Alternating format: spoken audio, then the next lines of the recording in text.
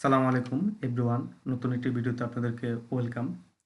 আজকের এই ভিডিওতে আপনাদেরকে আমি দেখাবো কিভাবে এক্সেলের মাধ্যমে প্রেজেন্ট এবং অ্যাবসেন্ট শীট তৈরি করা হয়।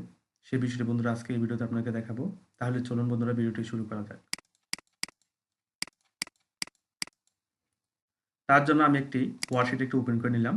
নেওয়ার পর এখানে বন্ধুরা আগে আমি কিছু টেক্সট লিখেছি। তো এখন বন্ধুরা এখানে অ্যাবসেন্ট গুলা দেওয়া আছে এখানে। এই শীটের মধ্যে অ্যাবসেন্ট গুলা দেওয়া আছে। আর খালি ঘরগুলোর ভিতরে বন্ধুরা আমি কিবোর্ডের শর্টকাটের মাধ্যমে আমরা প্রেজেন্ট গুলো আমরা এখানে বসাবো। তাহলে বন্ধুরা আমাকে এই পুরো গড়গুলো বন্ধুরা মার্ক করে নিতে হবে। মার্ক করার পর কিবোর্ডের ফাংশন F5 এ ক্লিক করব।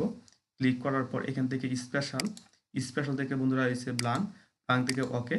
তো এখানে যেকোনো একটা ঘরের মধ্যে বন্ধুরা আমরা প্রেজেন্ট লিখব। তারপর বন্ধুরা আমি কন্ট্রোল এন্টারে ক্লিক করব। এই যে দেখুন বন্ধুরা প্রেজেন্ট কিন্তু বসে গেছে। খালি ঘরগুলোর মধ্যে বন্ধুরা প্রেজেন্ট কিন্তু বসে গেছে। তো এইভাবে বন্ধুরা আপনারা প্রেজেন্ট এবং অ্যাবসেন্ট বের করতে পারবেন।